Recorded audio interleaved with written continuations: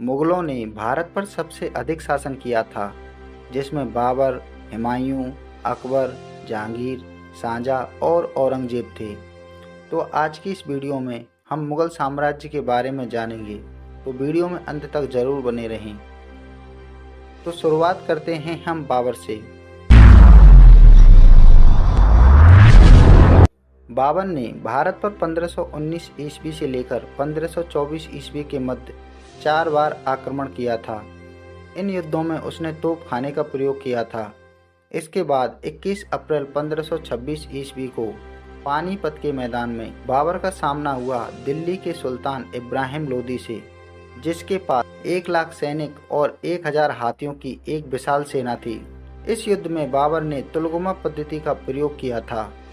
बाबर की सेना इब्राहिम लोदी की सेना से संख्या में कम थी, लेकिन बाबर ने अपनी सूझबूझ और तोपों की मदद से इस युद्ध को अपने हक में कर लिया और विजयी रहा। पानीपत की इस लड़ाई के बाद दिल्ली से आगरा तक के क्षेत्र पर बाबर का अधिकार हो गया, लेकिन अभी भी बाबर की स्थिति मजबूत नहीं थी, क्योंकि उसे एक बड़ी चुनौती का सामना करना था। उस समय राजस्थान के राणा सांगा एक शक्तिशाली राजा थे, जिन्होंने बाबर को बयाना के युद्ध में बुरी तरह से पराजित किया था। राणा सांगा के पास 2 लाख की एक विशाल सेना थी। जब बाबर और राणा सांगा का युद्ध अनिवार्य हो गया था, तो बाबर की सेना राणा सांगा से भयभीत हो गई थी। राणा सांगा राजपूताना का एक मजबूत शासक था, जिसके बारे में जानकर बाबर की सेना उससे डरने लगी थी। अपनी सेना को डरता हुआ देख बाबर ने इस युद्ध को जिहाद में घोषित कर दिया। 17 मार्च 1527 ईस्वी को खानवा के मैदान में बाबर और राणा सांगा के मध्य एक भयंकर युद्ध हुआ। इस युद्ध में राणा सांगा ने बाबर की सेना पर एक जोरदार वार किया, लेकिन बाबर ने अपने तोपखाने का प्रयोग कर राणा सांगा की सेना को पीछे धकेल दिया, जिससे धीरे धीरे राणा सांगा की सेना कम होने लगी और आखिर में उसे पराजय का सामना करना पड़ा। खानवा की विजय के बाद बाबर ने गाजी की उपाधि धारण कर ली। खानवा की इस जीत के बाद दिल्ली और आगरा के क्षेत्र में बाबर की स्थिति मजबूत हो गई थी। इस युद्ध के बाद इसने मालवा के क्षेत्र में चंदेरी के राजा मोदनी राय को भी पराजित कर दिया था और आखिर में घाघरा के युद्ध को जीतने के बाद 26 दिसंबर 1530 ईस्वी को इसकी आगरा में मृत्यु हो गई। इसके शव को पहले अस्थायी रूप से आगरा में दफनाया गया और बाद में काबुल ले जाकर स्थायी रूप से दफना दिया गया। इसकी मृत्यु के बाद इसका पुत्र हुमायूं गद्दी पर बैठा। बाबर की मृत्यु के बाद उसका पुत्र 1530 ईस्वी में बादशाह बना। हुमायूं बाबर की तीसरी बेगम माहम का पुत्र था। उस समय उसकी उम्र केवल 22 वर्ष की थी। गद्दी पर बैठते ही हुमायूं को कई परेशानियों का सामना करना पड़ा था, क्योंकि बाबर को प्रशासन को मजबूत बनाने के लिए समय नहीं मिला था। राज्य की आर्थिक स्थिति भी खराब थी। दूसरी ओर से अफगान सरदार मुगलों को भारत से बाहर निकालना चाहते थे। 1531 ईस्वी में हुमायूं ने कालिंजर के शासक प्रताप रुद्रदेव को हराया था, लेकिन यह जीत उसकी कोई बड़ी जीत नहीं थी, क्योंकि उसे पूरब में अफगानों की बढ़ती हुई ताकत को और गुजरात के शासक बहादुर शाह से ज़्यादा खतरा था। शुरुआत में हुमायूं को लगा कि उसको अफगानों से ज़्यादा खतरा है, इसलिए उसने 1532 ईस्वी में अफगानों को हराकर जौनपुर पर कब्जा कर लिया और उसके बाद उसने चुनार के किले पर घेरा डाल दिया। चुनारगढ़ के किले को पूर्वी भारत का प्रवेश द्वार के रूप में देखा जाता था। उस समय उस किले पर एक अफगान सरदार शेर खां का अधिकार था। 4 महीने की घेराबंदी के बाद हुमायूं और शेर खां के बीच एक संधि हुई, जिसमें चुनार के किले पर शेर खां का ही अधिकार रहना था। उसके बदले उसने मुगलों से सदा वफादार रहने का वचन दिया था और अपने एक बेटे को हुमायूं की सेवा में भेजा था। हुमायूं आगरा जल्दी लौटना चाहता था, क्योंकि इसी बीच गुजरात के शासक बहादुर शाह की शक्ति आगरा की सीमाओं तक बढ़ने लगी थी। वह इस बात से परेशान था। बहादुर शाह ने गद्दी पर बैठते ही मालवा और चित्तौड़ को जीत लिया था और अब वह आगरा फतेह करना चाहता था। इस खतरे को मिटाने के लिए हुमायूं ने मालवा पर आक्रमण कर दिया और उसे जीत लिया। मालवा से बहादुर शाह चित्तौड़गढ़ आ गया, लेकिन हुमायूं की आक्रमण की खबर सुनते ही वह चित्तौड़ से भी भाग खड़ा हुआ और मांडू चला गया। हुमायूं ने उसका पीछा किया और मांडू को भी जीत लिया। इसके बाद बहादुर शाह चंपानेर आ गया, लेकिन हुमायूं ने अगस्त 1535 ईस्वी को चंपानेर पर भी अधिकार कर लिया। इन सभी युद्धों में हुमायूं को बहुत सारा धन प्राप्त हुआ। इसके बाद बहादुर शाह कई स्थानों पर गया और कुछ समय बाद वह एक पुर्तगाली गवर्नर से हाथापाई में समुद्र में जा गिरा और उसकी मृत्यु हो गई, जिसके साथ ही बहादुर शाह का खतरा हमेशा के लिए मिट गया। हुमायूं इतने दिन आगरा से बाहर रहा, जिसके पीछे शेर खान ने अपनी ताकत बढ़ा ली थी। इस बात को जानकर हुमायूं ने फिर से चुनार पर घेरा डाल दिया और 6 महीने की घेराबंदी के बाद उसे जीत लिया। शेर खान ने वहां से आकर रोहतास के किले पर कब्जा कर लिया और इसके बाद बंगाल और उसकी राजधानी गौड़ पर अधिकार कर लिया। हुमायूं आक्रमण के लिए गौड़ आ गया। उसने गौड़ में कानून व्यवस्था संभाली, लेकिन उसकी स्थिति तब ज़्यादा बिगड़ गई जब उसे पता चला कि हिंदल आगरा की गद्दी को छीनना चाहता है। शेर खान ने उसे शांति का प्रस्ताव भेजा। वह उसकी बातों में आकर एक छोटी सेना की टुकड़ी को गौड़ में छोड़कर आगरा लौट रहा था और रास्ते में कर्मनाशा नदी के पास अफगानों की फौज थी, जिन्होंने उस पर अचानक हमला कर दिया। वह उस युद्ध से किसी तरह भी जान बचाने में सफल हो गया और आगरा आ गया। उसने आगरा आकर एक सेना तैयार की और मई 1540 ईस्वी में कन्नौज में हुमायूं और अफगानों के बीच एक युद्ध हुआ, जिसमें हुमायूं की पराजय हुई। इस युद्ध के बाद हुमायूं दर दर भटकने के लिए मजबूर हो गया। किसी ने उसका साथ नहीं दिया और आखिर में वह ईरान चला गया और ईरान के शाह की मदद से उसने 1545 ईस्वी में काबुल और कांधार पर अपना अधिकार कर लिया। इसके बाद उसको मच्छीवाड़ा के युद्ध में बड़ी सफलता मिली। 1555 में मच्छीवाड़ा और सरहिंद के युद्ध में उसने सिकंदर शाह सूर को हराकर दिल्ली पर अधिकार कर लिया, लेकिन उसके भाग में राज्य भोग ज़्यादा दिन तक नहीं था। वह एक दिन दीनपना पुस्तकालय की पहली मंजिल से गिर गया और उसकी मृत्यु हो गई। हुमायूं का जीवन संघर्ष भरा था। वह राजा से फकीर और फकीर से राजा बना था। हुमायूं के बाद उसका पुत्र अकबर गद्दी पर बैठा, जिसने मुगल साम्राज्य को एक नई दिशा दी। अकबर को मुगल वंश का एक महान शासक माना जाता है। अकबर का जन्म एक राजपूत के महल में हुआ था। जब हुमायूं शेरशाह सूरी से पराजित होकर भारत को छोड़ने के लिए मजबूर हो गया था, तो उसे अमरकोट के राजा राणा बीरसाल के महलों में शरण मिली थी, जहां पर सन 1542 ईस्वी में अकबर का जन्म हुआ। अकबर की माता का नाम हमीदा बानो बेगम था। हुमायूं की मृत्यु के समय अकबर पंजाब में कालानौर नामक स्थान पर अफगानों के खिलाफ मुगल सेना की कमान संभाले हुए था। कालानौर में ही मात्र 13 वर्ष और 4 महीने की उम्र में उसके सर पर मुगलिया ताज रख दिया गया। यह ताज कांटों से भरा था, क्योंकि अफगानी अब भी ताकतवर थे। चुनार से बंगाल तक का क्षेत्र शेर शाह के एक भतीजे आदिल शाह के कब्जे में था। आदिल शाह ने मुगलों को भारत से बाहर निकालने की जिम्मेदारी हेमू को दे रखी थी। हेमू एक ताकतवर योद्धा था, जिसने आगरा पर अधिकार कर लिया और 50,000 घुड़सवारों और 500 हाथियों की सेना लेकर दिल्ली की ओर चल दिया और वहां दिल्ली के करीब हेमू ने मुगलों को पराजित कर दिया और नगर पर कब्जा कर लिया। इसके बाद उसने अपने आप को एक स्वतंत्र शासक घोषित कर दिया था और विक्रमादित्य की उपाधि धारण की थी। इस उपाधि को धारण करने वाला वह भारत का 14वां शासक था। इस युद्ध को हारने के बाद अकबर और बैरम खान ने तुरंत देर न करते हुए अपनी सेना को दिल्ली की ओर बढ़ा दिया। बैरम खान अकबर का एक वकील था। अकबर ने बैरम खान को खाने खाना की उपाधि दी थी। मुगलों और हेमू में एक बार फिर पानीपत के मैदान में 5 नवंबर 1556 ईस्वी को एक भयंकर युद्ध हुआ, जिसमें हेमू की आंख पर एक तीर जा लगा और उसकी मृत्यु हो गई। अब अकबर को अपना साम्राज्य एक नए सिरे से शुरू करना था। बैरम खान ने लगभग 4 वर्षों तक शासन संभाला। इसके बाद अकबर ने शासन व्यवस्था अपने हाथों में ले ली, जिससे नाराज होकर बैरम खान ने विद्रोह कर दिया और 1560 ईस्वी में तिलवाड़ा का युद्ध हुआ, जिसमें बैरम खान ने आत्मसमर्पण कर दिया। अकबर ने उसका स्वागत किया और उसे मक्का जाने को कहा। मक्का जाते वक्त रास्ते में अफगानों ने उसकी हत्या कर दी, जिसके बाद उसकी विधवा पत्नी से उसने विवाह कर लिया और उसके बेटे को अपने बेटे की तरह पाला, जो बड़ा होकर अब्दुल रहीम खान खाना के नाम से प्रसिद्ध हुआ। बैरम खां के विद्रोह के बाद अकबर ने अपने मुंह बोले भाई आदम खां को भी किले से फिकवा कर मार डाला था, क्योंकि उसने वजीर शमसुद्दीन अतगा खां को छुरा घोंपकर मार डाला था, जिससे अकबर आग बबूला हो गया।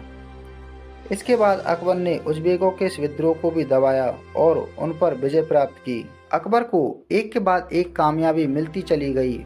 उसने मध्य प्रदेश और गुजरात को भी जीत लिया था। आगरा से गुजरात जाने का रास्ता चित्तौड़ होकर जाता था, इसलिए उसने चित्तौड़ के किले को चारों ओर से घेर लिया। उस समय चित्तौड़ पर राणा उदय सिंह का राज था। राणा उदय सिंह अपने युद्ध की कमान वीर जयमल और फत्ता को देकर चला गया। जयमल और फत्ता बड़ी ही बहादुरी से लड़े, जिनको देखकर अकबर दंग रह गया। लेकिन 6 महीने की घेराबंदी के बाद उसने चित्तौड़ पर विजय प्राप्त कर ली। जब वो महल में गया तो उसने बेबस और बेसहारा किसानों, औरतों और बच्चों का कत्लेआम कर दिया था। ये अकबर के जीवन का पहला नरसंहार था। इस युद्ध में जयमल और फत्ता की वीरता को देखते हुए अकबर ने आगरा के किले के द्वार पर हाथियों पर बैठे इनकी प्रतिमा लगवाने का आदेश दिया। अकबर ने इसके बाद कई युद्ध और जीते और अपने साम्राज्य का विस्तार किया। 1576 ईस्वी में बिहार में दाऊद खां को भी पराजित कर मार डाला गया, जिसके बाद उत्तर भारत में अंतिम अफगान राज्य भी मिट गया और मुगलों को एक नई सफलता मिली। अकबर ने राजपूत राजाओं से वैवाहिक संबंध बनाए थे, जिसकी वजह से उसको राजपूतों का भी साथ मिला था। अकबर ने मेवाड़ राज्य को छोड़कर लगभग पूरे भारत में मुगलिया झंडा फहरा दिया था, क्योंकि मेवाड़ में उस समय महाराणा प्रताप का राज था, जिसको अकबर आजीवन नहीं हरा पाया था। अकबर को महान राजा इसलिए कहा जाता है क्योंकि उसके राज्य में सभी धर्मों का सम्मान होता था। क्योंकि उसका जन्म एक राजपूत के घर में हुआ था, इसलिए उसका अकबर के जीवन पर काफ़ी प्रभाव पड़ा था। अकबर ने धर्म के नाम पर कभी भी किसी के साथ अत्याचार नहीं किया था। वो सभी धर्मों का सम्मान करता था। अकबर की विशाल हृदयता इसलिए भी मानी जाती है क्योंकि 1562 ईस्वी में उसने युद्धबंदियों को गुलाम बनाने की प्रथा पर रोक लगा दी थी और 1563 ईस्वी में उसने तीर्थकर को भी समाप्त कर दिया था। 1564 ईस्वी में अकबर ने जजिया कर को भी हटा दिया था। 1575 ईस्वी में उसने इबादत खाने का निर्माण करवाया, जिसमें आलिमों, फ़कीरों और सूफियों को वह बुलाता था और उनके प्रवचन सुनता था। 1578 ईस्वी में उसने इबादत खाने के द्वार सभी धर्मों के लिए खोल दिए थे। अकबर के दरबार में 9 नवरत्न थे, जो उसकी विशेषता को और भी बढ़ाते थे। अकबर ने अपने जीवन काल में और भी ऐसे कई कार्य किए थे जो किसी ने अभी तक के इतिहास में नहीं किए थे। इसके शासनकाल में किसी के भी धर्म को हानि नहीं पहुंची थी। अकबर ने सिखों के तीसरे गुरु अमरदास से भी भेंट की और चौथे गुरु रामदास को 500 बीघा जमीन दान की, जिस जगह पर आज अमृतसर शहर बसा हुआ है। अकबर ने समाज सुधार के लिए सती प्रथा पर भी रोक लगाई थी और विधवा विवाह को कानूनी मान्यता दी थी। इसके अलावा वेश्याओं के लिए शैतानपुर नामक नगर की स्थापना की थी। इसके बाद 25 अक्टूबर 1605 ईस्वी को अकबर की मृत्यु हो गई। अकबर की मृत्यु के बाद उसका पुत्र सलीम गद्दी पर बैठा, जिसे जहांगीर के नाम से जाना जाता है। 25 अक्टूबर 1605 ईस्वी को अकबर की मृत्यु के बाद 3 नवंबर को सलीम का राज्याभिषेक हुआ। उसने अपने आप को जहांगीर की उपाधि से नवाजा। सलीम अकबर और जयपुर की राजकुमारी हरकाबाई का पुत्र था। सलीम की भी शादी 2 राजपूत राजकुमारियों से हुई, जिसमें एक जयपुर की राजकुमारी मानबाई तथा दूसरी जोधपुर की राजकुमारी जोधाबाई थी। मानबाई ने सलीम की आदतों से परेशान होकर आत्महत्या कर ली। आगरा के लाल किले में सलीम का राज्याभिषेक हुआ। सलीम ने गद्दी पर बैठते ही उन सभी लोगों को उच्च पद प्रदान किए थे जिन्होंने विपत्ति के समय उसका साथ दिया था। गद्दी पर बैठते ही जहांगीर ने जनता की भलाई के लिए 12 अध्यादेश जारी किए थे, जिन्हें हम दस्तूर उल अमल या आईने जहांगीरी के नाम से जानते हैं। वह अकबर की तरह उदारवादी भावना पर चलना चाहता था। उसने यमुना तट से लाल किले तक एक स्वर्ण जंजीर लगा दी थी, जिससे कोई भी फरियादी आकर उससे मदद मांग सकता था। जहांगीर के शासनकाल में मेवाड़ के राणा अमर सिंह ने भी जहांगीर से संधि कर ली थी, जिसमें संधि के शर्तों के मुताबिक उन्होंने मुगलों की अधीनता स्वीकार नहीं की थी। जहांगीर ने अमर सिंह के पुत्र करण सिंह का आगरा में भव्य स्वागत किया और उसे गले लगाकर 5000 का मनसबदार बना दिया। 1623 ईस्वी में खुर्रम यानी कि शाहजहां ने भी जहांगीर से विद्रोह कर दिया और आगरा पर आक्रमण कर दिया। लेकिन इस युद्ध में शाहजहां की पराजय हुई। वह कई जगहों पर मदद के लिए घूमा पर उसे कहीं भी किसी से भी मदद नहीं मिली और आखिर में वह निराश होकर आगरा लौट आया, जहां पर जहांगीर से उसने क्षमा याचना की और जहांगीर ने उसे माफ़ कर दिया और बालाघाट की जागीर उसे दे दी। जहांगीर ने दक्षिण और कांगड़ा के युद्धों पर भी विजय प्राप्त कर ली थी। जहांगीर ने जजिया और तीर्थकर को बंद रखा और हिंदुओं को मंदिर बनाने की इजाज़त दे दी थी, जिसके बाद अनेक मंदिर बनवाए गए, जिसमें मथुरा का केशव देव राय मंदिर प्रसिद्ध है। कभी कभी जहांगीर ने निर्दयता का भी प्रदर्शन किया था, जिसमें उसने राजौरी के ब्राह्मणों को दंडित किया था और पुर्तगालियों से युद्ध करते समय उसने गिरजाघरों को बंद करवा दिया था। कांगड़ा में उसने ज्वालामुखी मंदिर को तोड़वा दिया और गौवध भी कराया। जहां पर जहांगीर ने कट्टरता दिखाई थी, वहां पर कुछ राजनीतिक कारण भी सामने आए थे। अगर जहांगीर की राजपूत नीति की बात करें तो उसने हिंदुओं को ऊंचे पदों पर नियुक्त किया था। जहांगीर के शासनकाल को मुगल काल का स्वर्ण काल भी कहा जाता है। जहांगीर को मदिरा और अफीम की लत थी, जिसकी वजह से उसका स्वास्थ्य 1620 ईस्वी से बिगड़ने लगा था। अत्यधिक मदिरा सेवन से उसका स्वास्थ्य ज़्यादा खराब हो गया और 29 अक्टूबर 1627 ईस्वी को उसकी मृत्यु हो गई। जहांगीर के बाद उसका पुत्र शाहजहां गद्दी पर बैठा। शाहजहां का जन्म 5 जनवरी 1592 ईस्वी में लाहौर में हुआ था। शाहजहां के बचपन का नाम खुर्रम था। उसकी माता का नाम जगत गुसाई था। 1611 ईस्वी में जहांगीर ने खुर्रम को 10,000 जात व 5,000 सवार का मनसब प्रदान किया था। 6 फरवरी 1628 ईस्वी को खुर्रम का राज्याभिषेक हुआ और अपने पिता जहांगीर की तरह उसने शाहजहां बादशाह गाजी की उपाधि धारण की थी। शाहजहां ने बादशाह बनते ही दक्षिण भारत की ओर अभियान शुरू कर दिया।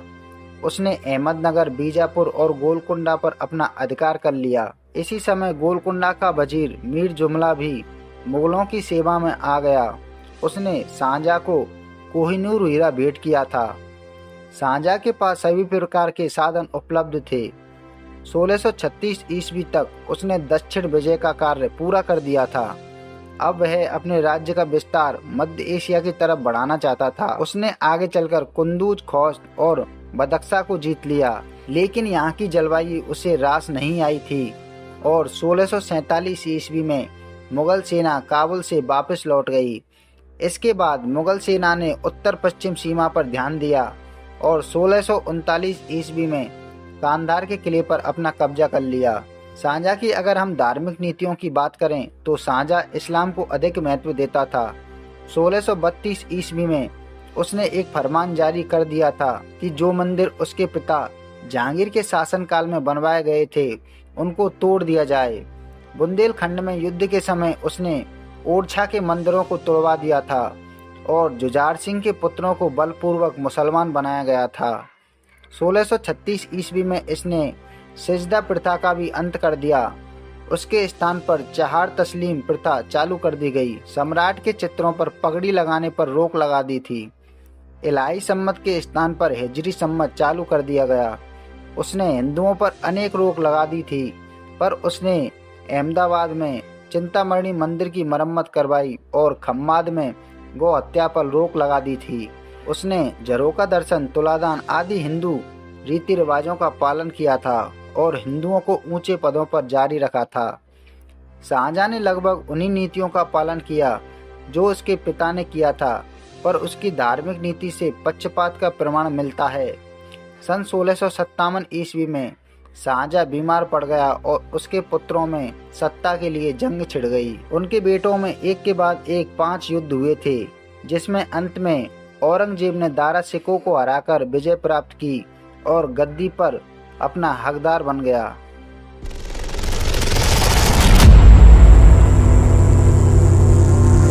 औरंगजेब का जन्म 24 अक्टूबर 1618 ईस्वी को दोहद नामक स्थान पर हुआ था। 1634 ईस्वी में उसे 10,000 का मनसबदार नियुक्त किया गया था।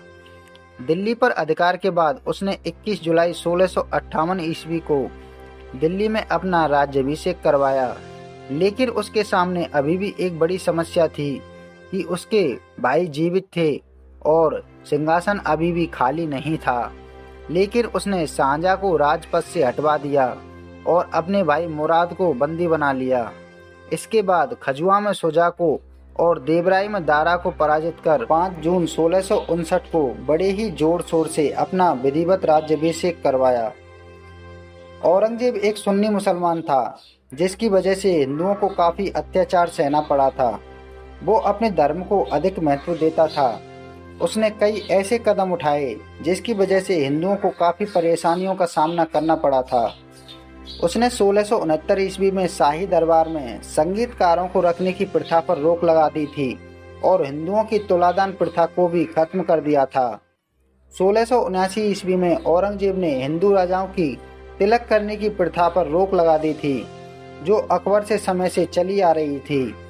इसने जजिया कर को चालू कर दिया। इसने झरोका दर्शन और हिंदुओं के त्योहारों पर रोक लगा दी थी। इसे ज्योतिष पर विश्वास नहीं था, इसलिए दरबार में ज्योतिषों को हटा दिया था। औरंगजेब ने ये सब इसलिए किया था क्योंकि वह अपने धर्म को सर्वश्रेष्ठ मानता था। उसकी आस्था और विश्वास केवल अपने धर्म में ही था। वो कहता था कि ईश्वर उन्हीं व्यक्तियों को राज सत्ता प्रदान करता है जो अपनी प्रजा की रक्षा और भलाई के लिए कर्तव्य सुचारू रूप से करते हैं। उसे विश्वास था कि उसका कर्तव्य इस्लाम की सेवा में करना है, जिसके लिए उसने कई कदम उठाए। 1669 ईस्वी में उसने हिंदू मंदिरों को तोड़ दिया। हिंदुओं पर आर्थिक दबाव डाला गया था। उनके लिए चुंगी के टैक्स को बढ़ा दिया गया। 1668 ईस्वी में हिंदुओं के धार्मिक मेलों पर रोक लगा दी थी और तीर्थ यात्रा पर कर लगा दिया गया। उसने पीरों की मजार और कब्रों पर भी दीपक जलाने की प्रथा को रोक दिया था, जिससे पता चलता है कि वह एक कट्टर धार्मिक प्रवृत्ति का शासक था। औरंगजेब के राजपूतों के साथ भी कई युद्ध हुए थे, जिसमें मेवाड़ के राणा राज सिंह और वीर दुर्गादास ने इसे टक्कर दी थी। वीर दुर्गादास ने मारवाड़ को पाने के लिए कई वर्षों तक युद्ध किए थे। वीर दुर्गादास ने औरंगजेब के बेटे अकबर को समझाया कि उसका पिता उसके पूर्वजों की ख्याति को कलंकित कर रहा है, इसलिए शहजादा अकबर ने राजपूतों का साथ देने का निर्णय लिया। उसने 1681 ईस्वी को स्वयं को सम्राट घोषित कर दिया और औरंगजेब के खिलाफ विद्रोह कर दिया। राजपूत और शहजादा अकबर अब एक हो चुके थे। औरंगजेब इस बात से चिंतित हो उठा। उसने दिल्ली से आकर आमेर पर पड़ाव डाल दिया और कूटनीति का सहारा लिया। उसने राजपूतों के शिविर में पर्चे फिकवा दिए, जिसमें लिखा था कि दोनों बाप बेटे मिलकर खूब राजपूतों को बेवकूफ बना रहे हैं। इस पत्र से राजपूतों ने अकबर का साथ देने से इनकार कर दिया और उसे हार का सामना करना पड़ा। दुर्गादास राठौर इस बात को समझ गया था कि यह औरंगजेब की एक चाल थी। औरंगजेब ने उदयपुर और चित्तौड़ पर अधिकार कर लिया और करीब 250 मंदिरों को तोड़ दिया। अब दुर्गादास ने शहजादा अकबर को मराठा सम्राट संभाजी महाराज के यहाँ शरण में भेज दिया। दक्षिण में मराठा शक्ति बढ़ रही थी, क्योंकि औरंगजेब छत्रपति शिवाजी महाराज को आजीवन पकड़ नहीं पाए थे। अपने बेटे अकबर का पीछा करते हुए औरंगजेब दक्षिण भारत की ओर चल दिया। इसके बाद संभाजी महाराज और औरंगजेब में कई युद्ध हुए, लेकिन आखिर में औरंगजेब ने संभाजी महाराज को कैद कर लिया और मार डाला। संभाजी की मृत्यु हो जाने के बाद औरंगजेब के लगभग सभी उद्देश्य पूरे हो चुके थे। उसने बीजापुर और गोलकुंडा पर भी अधिकार कर लिया था। उस समय लगभग पूरे भारत पर औरंगजेब का ही शासन हो चुका था, लेकिन मुगल साम्राज्य का पतन भी आरंभ हो चुका था। संभाजी की मृत्यु के बाद सभी मराठा राजपूत एक हो गए थे और उन्होंने विद्रोह करना शुरू कर दिया था, जिसके बाद उन्होंने औरंगजेब से लगातार संघर्ष किया और कई युद्ध लड़े, जिसकी वजह से औरंगजेब को काफ़ी हानि पहुंची और 1705 ईस्वी में उसने अपनी हार स्वीकार कर ली, जिसके बाद उसने अपनी सेना को उत्तर भारत जाने का आदेश दे दिया। लेकिन 20 फरवरी 1707 ईस्वी को अहमदनगर में 90 वर्ष की आयु में उसकी मृत्यु हो गई। औरंगजेब ने दिल्ली की गद्दी पर सबसे अधिक समय तक शासन किया था, लेकिन दक्षिण भारत ने उसकी सत्ता को हिलाकर रख दिया था।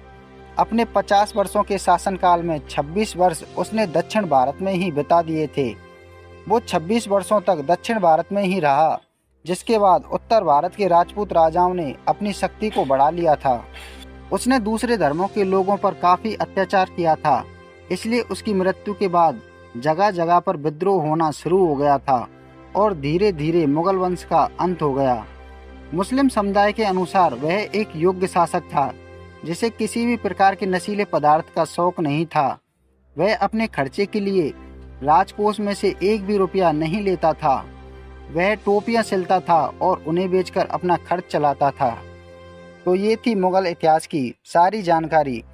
दोस्तों, आपको ये वीडियो अच्छा लगा हो तो वीडियो को लाइक और चैनल को सब्सक्राइब जरूर करें, क्योंकि इतिहास से जुड़ी इसी प्रकार की वीडियो हम हमारे इस चैनल पर लाते रहते हैं। नमस्कार दोस्तों।